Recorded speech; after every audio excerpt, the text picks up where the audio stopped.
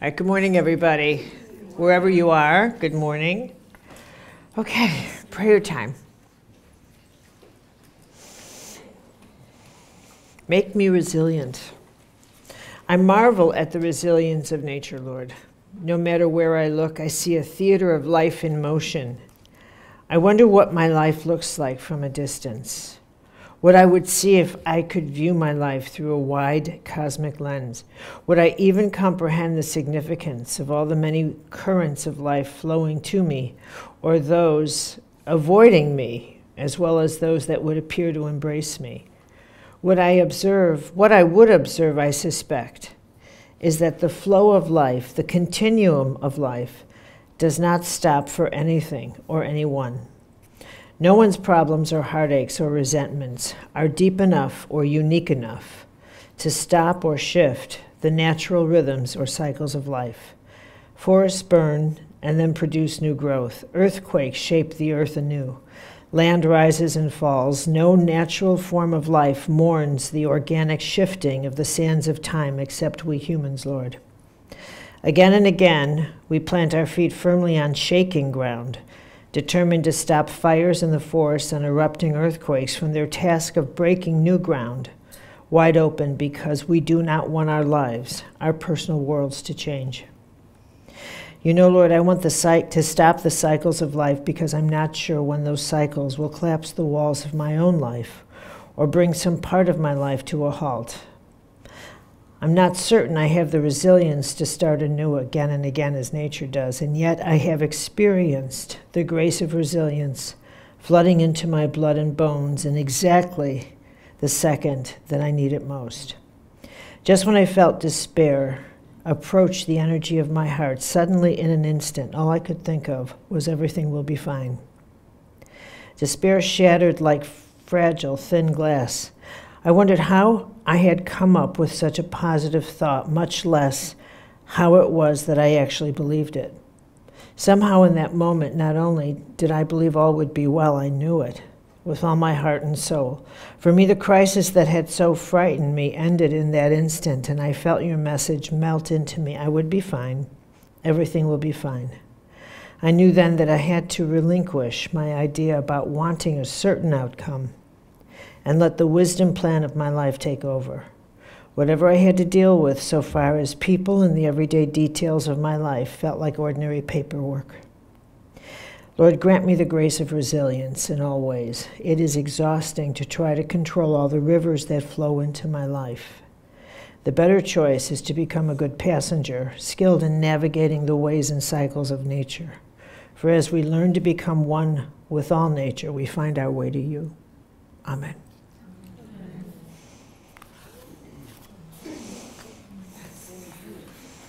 That's beautiful.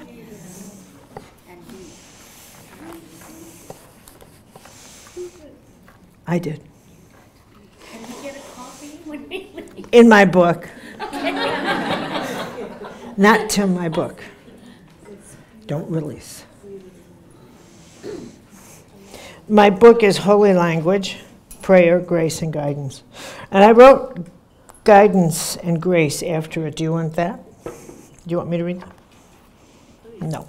Yeah? Yes, Do you want me to? Yes. Okay, in the book, I have every page is the prayer, and then beneath it, guidance, and beneath that, grace. So the guidance that goes with that is we have endless opportunities that require the grace of resilience each day of our lives. It takes resilience to decide to initiate a new pattern in your life because you must battle the part of you that won't let go of an old pattern. It takes resilience to continue to nurture a creative vision that only you believe in. It takes the grace of resilience to get up in the morning when you're overwhelmed with problems. Nature is a living theater of the truth, that the organic design of living creatures is to be resilient, to survive, to adjust, to find a way through difficulties. We are not good with defeat. That's why we can't accept defeat. But we each have a phoenix in us that calls us to rise again and again from the ashes of our despair or our challenges. We are born resilient. Okay, grace. Resilience is a powerful grace that enhances our natural instincts to get up and try again. It offers a person a type of blink of an eye chance to reshape their thinking and attitude through a positive lens. This grace is like a booster shot that we receive when our psychic immune system is depleted. A person can suddenly feel hopeful, re-energized, and even experience a diminishing of physical aches and pains as a result of resilience. So that's how the book is. Well, I can't wait till it comes out. Yeah, you like it already? So those of us here are getting all signed copies, right? Okay, all right.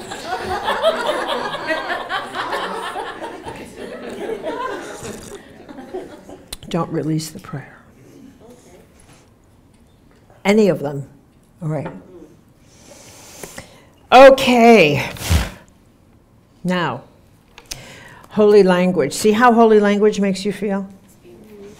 Isn't that amazing? Okay, and it touches, but what do you think it touches in you? I got to take this off. Wait a minute. So I have to do this consciously, otherwise the microphone will fly out of my back pocket. Okay. So what does holy language touch in you? All right, and I'm going to just ask that for a moment because it touches something in you that ordinary, oh, you'll feel better. You'll feel better. This will work out. Doesn't touch. When you have something going on in you and you're going through a difficult passage and someone says to you, don't you worry. Don't you worry. This will work out no matter how well-meaning they are. And they say something like, don't you worry, this will work out. It doesn't hit that spot, that spiritual sweet spot. They mean well, and in the moment, you feel thank you. And you may feel comforted, but you don't feel safe. You don't, here's the operative word, here's the holy word, believe it. Believe. There's nothing that says, you're right, I will be okay. Okay. So what is holy? What is that? What does the word holy mean? I could enter this topic through so many different passages. And I got up at 5 this morning. And I sat with myself and I said, what door do I come into this through? Which one? Which one is going to be the best? Through defining the holy and going that way? Through talking about this way, through talking about that way? But I think that, because I haven't taught this before, so I'm studying myself here. So I think for me, for this subject,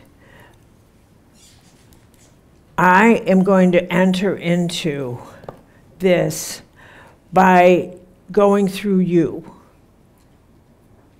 by having you pay attention and heightening up an awareness in you that you really become deeply aware of how much you have changed and how much a part of that change has been a repelling of the sacred. And how much you have shut that out of your life in ways known and unknown to you. And how much the world we are living in has shut down access to the sacred, consciously, unconsciously, deliberately. And what the consequences to that have been to the collective. In one general statement, I want you to just observe something that is a phenomenon of our time and only our time in the history of humanity. We are the only society that has lived in an atmosphere that questions the existence of God. There has never been a time when the global community questions the existence of God. And when asking about God more brings about disdain in somebody than a sense of assumption that the person you're dealing with believes in some form of a source greater than themselves. Prior to now, everybody assumed that the human being they were dealing with had some kind of connection to something holy. Even if they did not believe in the holy something that that person was connected to. Even if they thought, you're nothing but a Protestant, or you're nothing but a this, or a Druid, or whatever, it was an argument about God. That person believed in God was not a question. There were the occasional atheists, but everybody was like, what? And even an atheist is someone who just argues philosophically at the end of the day. That's all. They're just, shut up. Talk to me when you're on your deathbed. All atheists I meet are healthy. Call me when you've got cancer. Call me when you've got cancer. Okay. So, so it is a phenomenon of our time. A phenomenon of our time. So I wanted to say that we have gone through, in these last 7 decades, this extraordinary morphing of becoming a society of human beings globally that have tossed out access to the sacred because of this. We've catapulted ourselves into what we consider to be an intellectual atmosphere of what we think. We have grown so impressed with our intellect that we're out of control. And we have, it's interesting that we have, in my opinion, come to the end of the age of reason. We have never been more unreasonable, but we think of ourselves as intellectual giants. When in fact, we have what kind of species creates its own weapons of mass destruction with no other place to go, and thinks that figuring out a way to destroy themselves is an accomplishment, and actually convincing themselves that destroying half the planet won't destroy them, that their water supply will be fine while wiping out other people's water supply, as if the planet won't spin under their toxic air within hours. And they consider this an accomplishment. An accomplishment. Now, I introduced this, and I have to finish this so I can adjust your sights as I continue. With every floor you go on, The point is that your capacity to understand something becomes more symbolic instead of literal.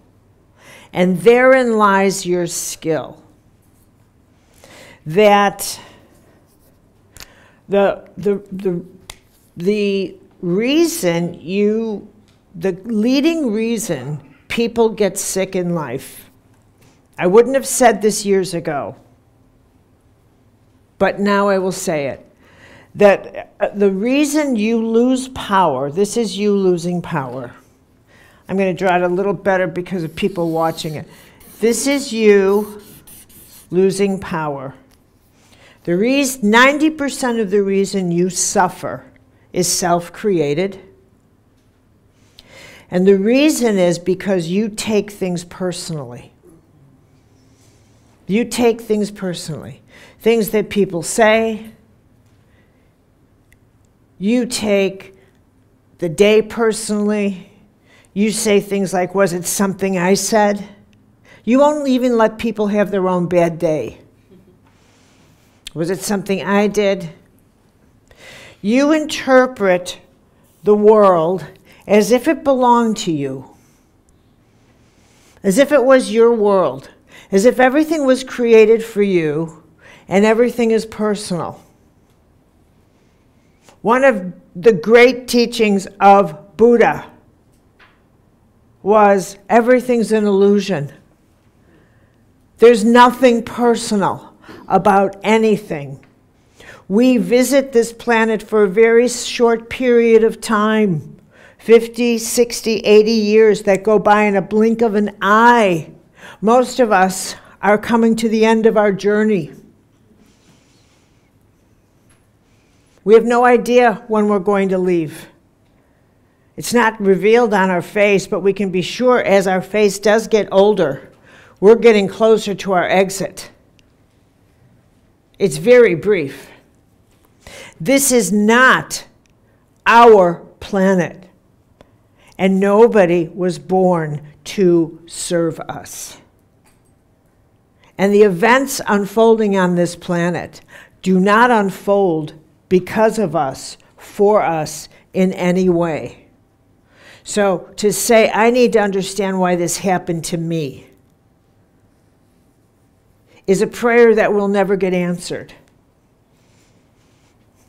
Is a prayer that will absolutely never get answered. And I'm going down this road because the major reason you lose your soul, the major reason you will not open your intuitive system as fully as it is opening now in this era, is because that level of perception is something that has to be, in order to have that level of perception be really clear, and here's the operative holy word, for you to become discerning. The word is discerning. For you to learn and evolve into discernment. It is an impersonal grace. Grace is impersonal. Grace is not a personal force. When someone says, what is grace feel?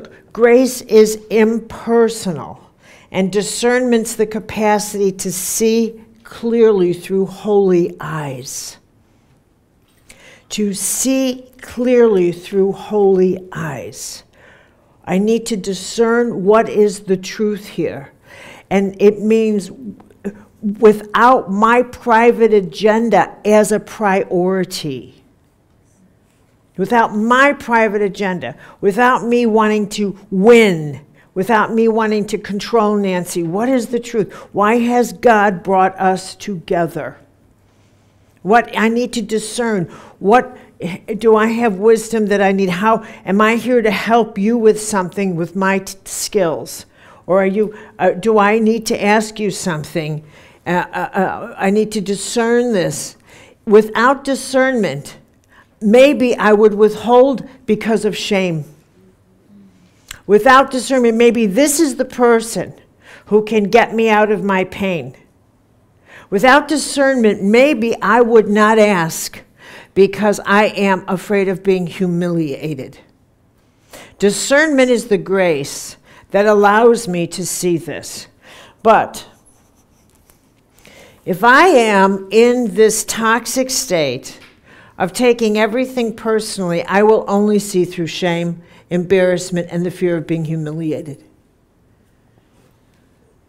Are you with me here?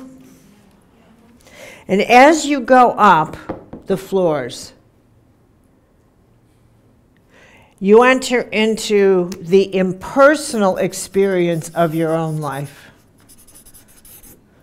The impersonal. This is the altitude I want you to get to. The Buddha altitude, the Christ altitude. I'm going to hit a pause button here. I can speak of Buddhism a lot, and nobody thinks I'm converting them to Buddhism.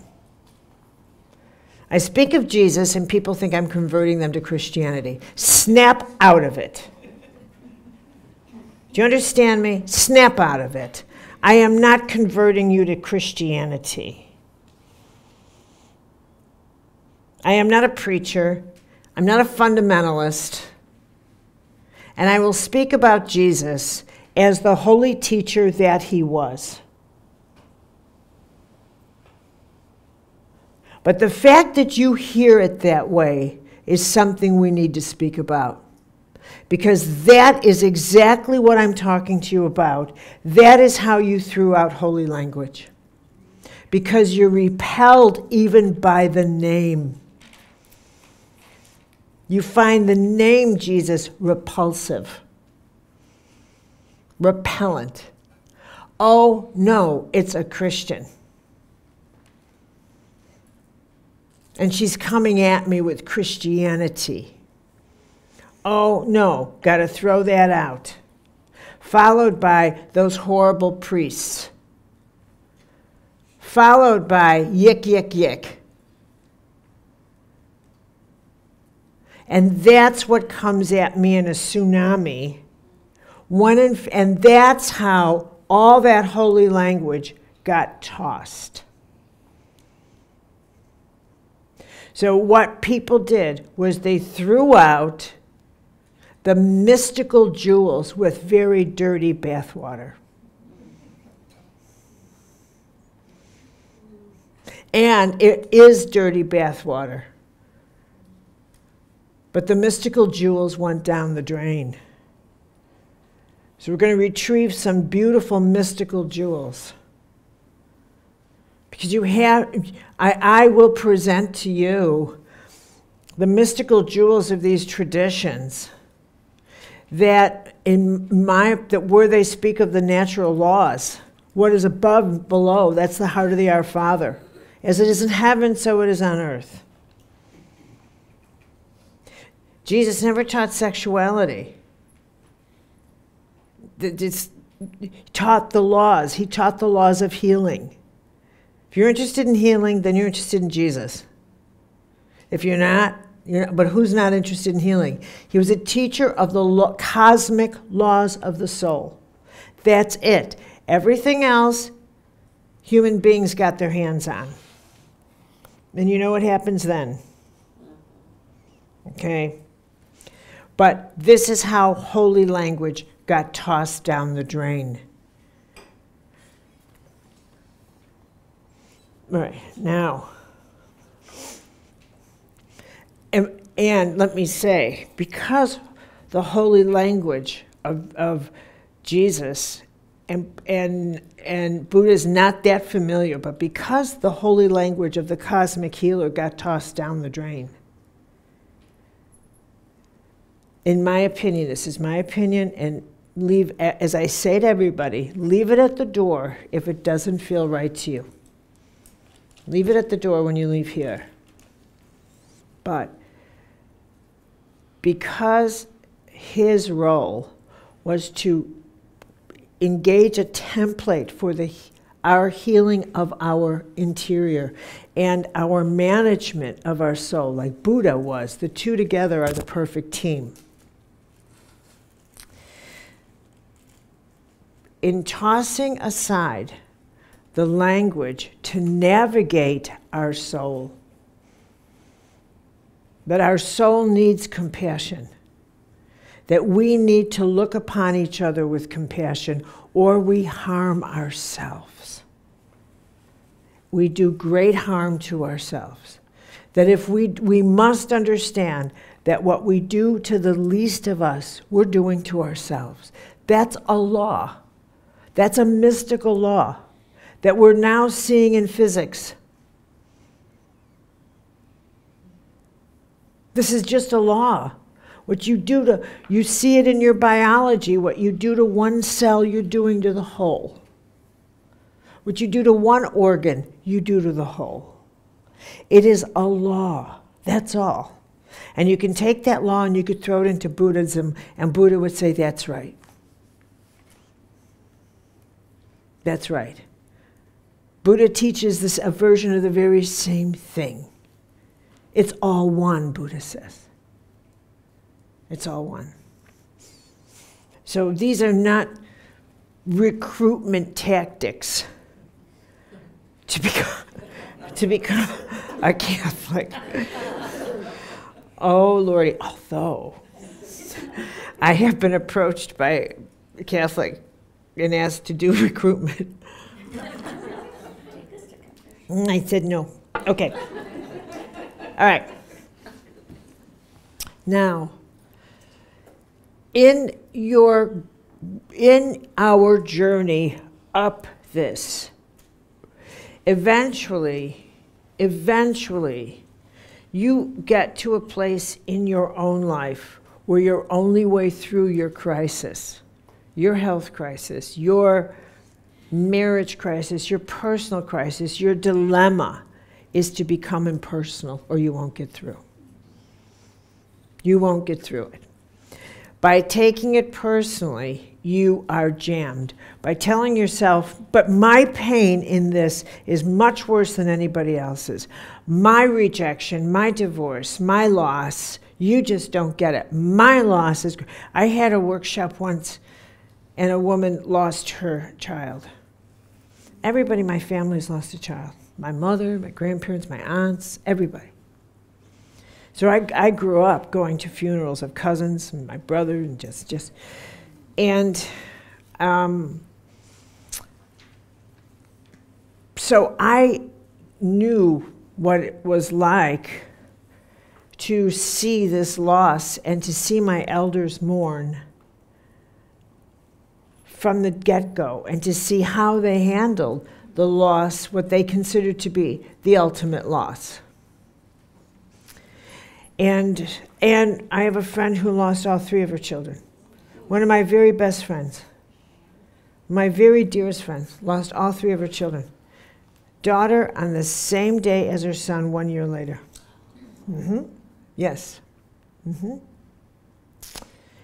And her choice was, I can either collapse from this or not.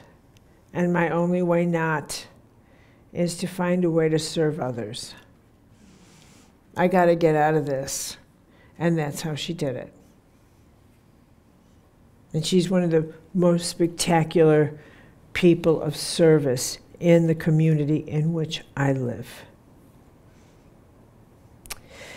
So, but this individual insisted that her pain, her loss, was greater than anybody else's because of the way her son died. And she was very vocal about it and bitter. And what I realized through that was that here in this turning point between the impersonal level of your life and the personal is this battlefield ultimately between you and God. It's archetypal, and it's unconscious, conscious, unconscious, conscious. in which you are raging against what has happened to you. And if your rage is loud enough, if your anger is ferocious enough, there is a part of you that actually thinks God will return your life the way you want it. That it will all be put back into place just the way you want it. Because finally, and this goes with the father figure God, you as a child, a screaming child, will get the paternal father to finally cave. And you will get your life back. Get rid of that A. You will get your life back. Because finally God gave in. Because your tantrum got to be cosmic sized. Otherwise, you're simply not going to play the game anymore. And you're going to stop making choices, and you're going to lock in, and you will, in fact, begin the journey of living your life through making other people suffer. And your choices will go the other direction. You'll punish others because you are unhappy. And you'll let them know, and maybe they will serve as messengers to God for your misery. And that's what you'll do. I'll show you. I will scream at other people. I will pout. I will be awful. I will bite every day. No, I'm not happy. This isn't good enough. No, no, no, no, no. Can you relate? Anybody doing that? Anybody presently doing that? Sometimes? Okay. Quite often. I got a sometimes, I got a quite often. What else have I got? Not anymore. Not sure. I'm not sure. I might. I'm right. Oh, you're right in it. Okay, you're a pro. That's called a pro. Professional. Anyone else? I used to be pro. And you used to, and you, what are you now? Retired? You have an occasional lapse. That counts. Okay, that's good. That's good. Okay. Because that's what we do. We go up and down. We go up and down. It's like time for me to return. I need a good dose of who I used to be. Yeah. Or half a day of self-pity. It's just... Yeah, self-pity. Yeah, time for me to have some self-pity. I'll be right back. Yeah, an hour self-pity every Tuesday afternoon. Don't come near me. Don't call. You're going to... Everybody, the goal is not perfect. Stop it. The goal is not perfect. The goal is to get a hold of yourself as best as you can and try again and again. This is not about perfect, never will be. My God, stop it. Okay? So, this journey of having anger tantrums and saying, this isn't working and I'm really angry, what I want you to really pay attention to is if your anger tantrums are really at God, are really cosmic, and that in your inability to get to God, you got to beat up someone and anyone else will do.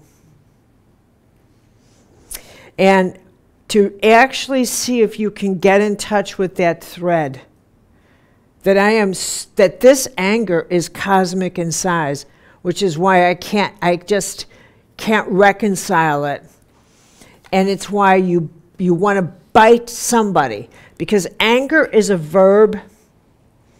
It's not a noun. And it wants to come out. And it wants to get expression. And you want to move the universe with your anger.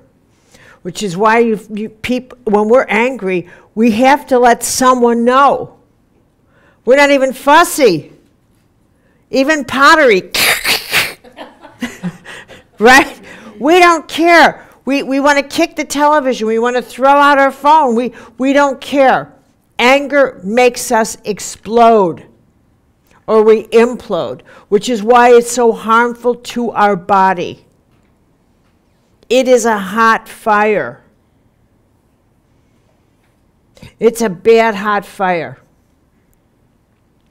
And and anger is, we're not getting our way. We're not getting our way. We're not getting our way. Pound, pound, thrash, thrash, I'm leaving.